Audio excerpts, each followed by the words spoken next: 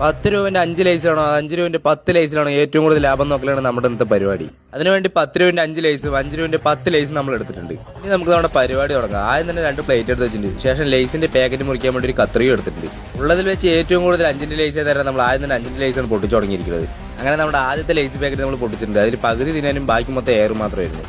പകുതി എയറെല്ലാം കളഞ്ഞ് നമ്മുടെ ഓരോ ലൈസ് പാക്കറ്റ് നമ്മൾ പൊട്ടിച്ചിട്ടുണ്ട് കേട്ടോ. ഈ കാണുന്നത് അവസാനത്തെ ലൈസ് പാക്കറ്റാണ്. അങ്ങനെ ഇതുകൂടെ കഴിഞ്ഞപ്പോൾ 5ന്റെ പാക്കറ്റ് മൊത്തമായിട്ട് കഴിഞ്ഞിട്ടുണ്ട്.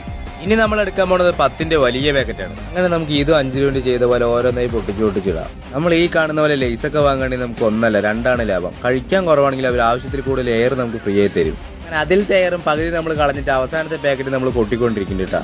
അങ്ങനെ അവസാനത്തെ ഈ കാണുന്ന പാക്കറ്റോടെ കൊട്ടിക്കഴിഞ്ഞപ്പോൾ രണ്ടും തമ്മിലുള്ള മാറ്റം നിങ്ങൾക്ക് തന്നെ കണ്ടാൽ നല്ല രീതിക്ക് മനസ്സിലാക്കാൻ പറ്റുമായിരിക്കും കേട്ടോ. 10 രൂപന്റെ 5 ലൈസിലാണ് ഏറ്റവും കൂടുതൽ ഉണ്ടായിരുന്നെങ്കിൽ ടേസ്റ്റ് കൂടുതലുണ്ടായിരുന്നത് 5 രൂപന്റെ ലൈസിലാണ്. അപ്പോൾ നിങ്ങൾക്ക് ഇഷ്ടപ്പെട്ട ലൈസ് ഏതാ കമന്റിലൂടെ അറിയിക്കുക. അപ്പോൾ ഈ ഒരു വീഡിയോ ഇഷ്ടപ്പെട്ടവരെ ചാനൽ സബ്സ്ക്രൈബ് ചെയ്യാം.